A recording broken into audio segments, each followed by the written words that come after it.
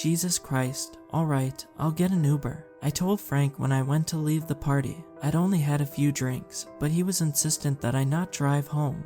Though it'd be a pain in the ass to come back the next day to pick up my car, I relented and pulled out my phone as I walked out the door. For a minute, I considered walking. My apartment was only a mile or so away, but it was New Year's Eve and the temperature was in the teens. Wind whipped down the sidewalk, drifting new fallen snow at my ankles, while I pulled my coat tightly around my neck. Screw it, I thought. I'll deal with the rush charge to not freeze my nuts off. Thankfully, I was downtown, and there were plenty of drivers out looking to make some cash to pay off holiday debt. In fact, when I put in my address, the app showed there was someone right around the corner making a drop.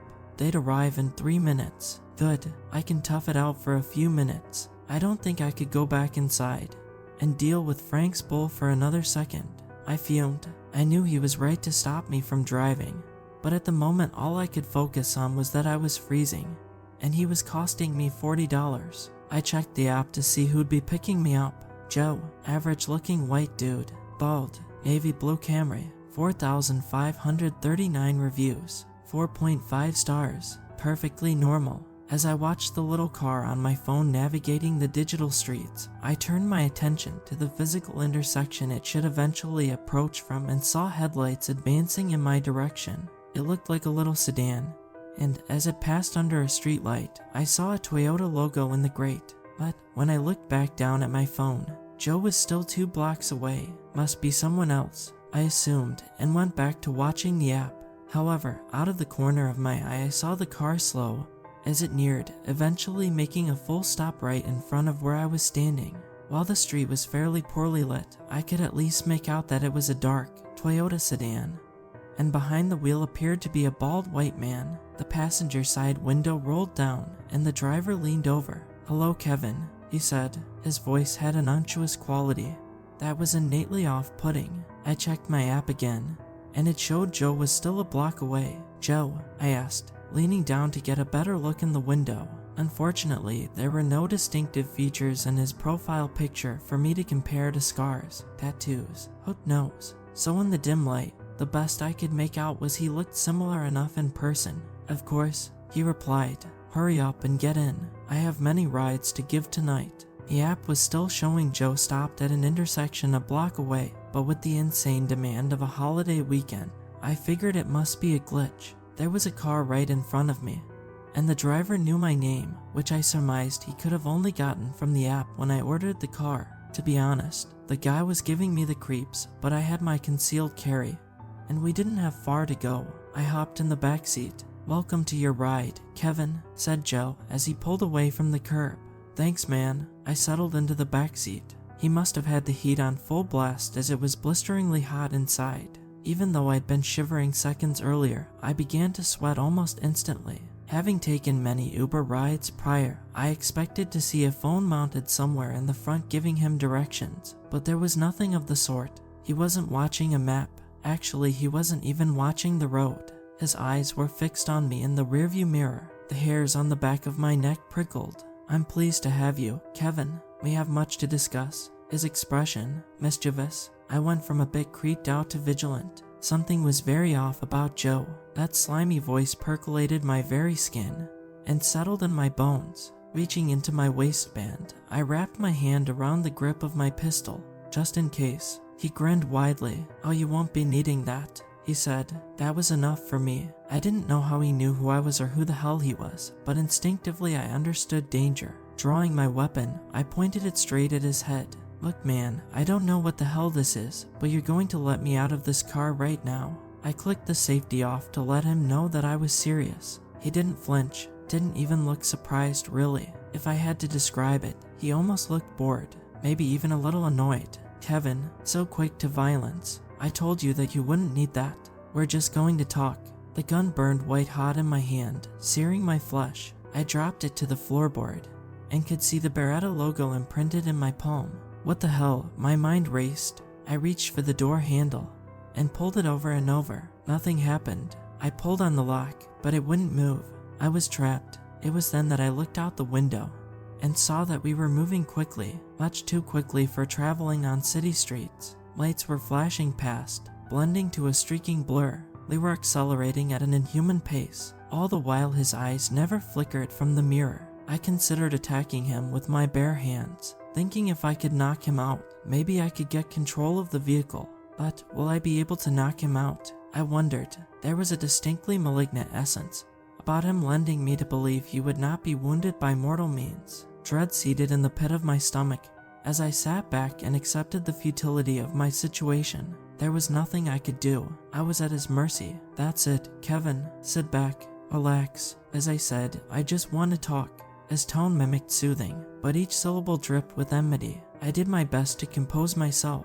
He clearly had all the power there, but all he was doing was watching me. What did he want? Okay, what is this? Who are you? Or rather, what are you?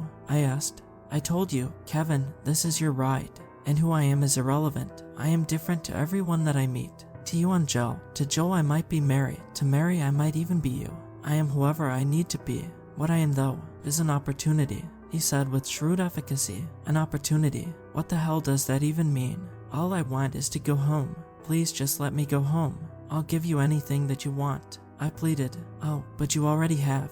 You see, you don't remember, but you and I have met before. He paused, allowing his words to sink in. Faster we kept moving, the heat rising by the minute. What are you talking about? I've never met you before, at least not that I remember. Was I drunk or something? I racked my memories trying to recall a previous interaction.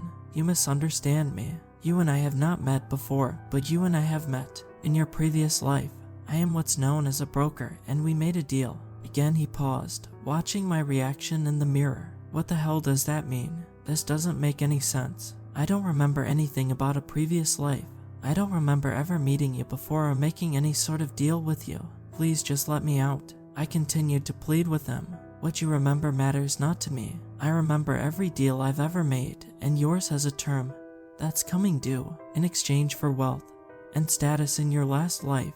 You offered me this one. The light flashed across his edifice, faster and faster, hotter and hotter. At this point, I was in a blind panic. How can you hold me responsible for something I did in a previous life? Something that you know I don't remember doing.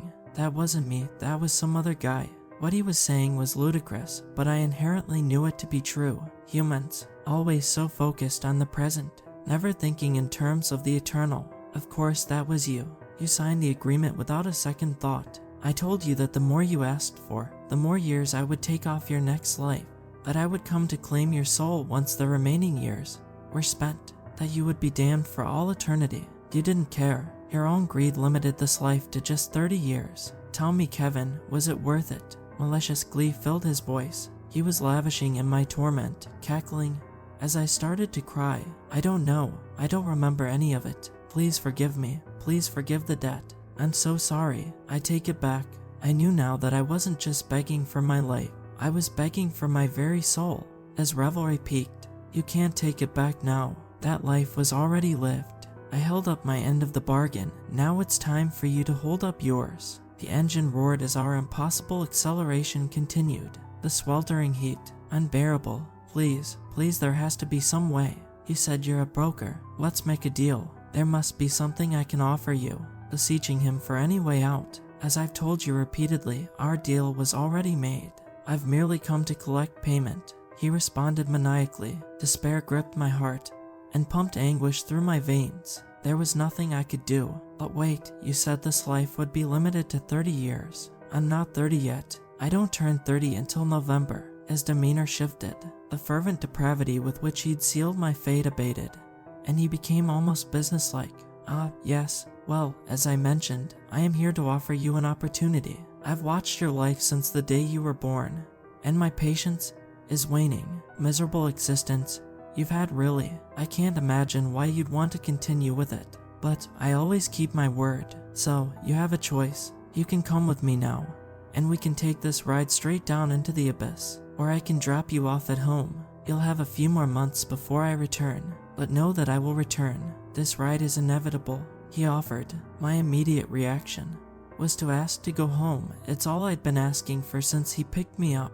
Surely that's still what I wanted, to go home and have a little more time with my life before forever. But what he'd said was true. My life so far had been wasted. I'd done nothing of note, impressed no one, left no legacy. If I take the ride with him now, I'll be forgotten within a year. I thought voraciously. What really, then, was the point of going on when I'd have a death sentence looming? He waited patiently for my answer, never blinking, just watching me in the mirror. Finally, I decided, no, I don't want to go with you now. I want to go home. Whatever I was returning to in my life, at least it was known. Where he'd be taking me. Well, I didn't want to think about that yet. For the first time, he looked slightly surprised, yet he simply shrugged his shoulders and said, "As you wish. I will be seeing you, Kevin." And suddenly, we were parked in front of my building. The locks clicked. I reached for the handle and pulled. The door opened. Without a second's hesitation, I dove out into the snow, slamming the door behind me before sprinting as fast as I could away from Joe. I never looked back. Once I got into my apartment, I downed shots of whiskey until my hands stopped shaking, enough to make me believe maybe it wasn't real. Maybe someone at the party had spiked the punch with LSD. Eventually, I passed out on the couch. When I awoke the next morning, I momentarily forgot Joe. The normalcy of waking up with a hangover in my living room reinforced the fallacy that my life had not been inexorably altered. That is, until I looked down at the palm of my hand and saw the Beretta logo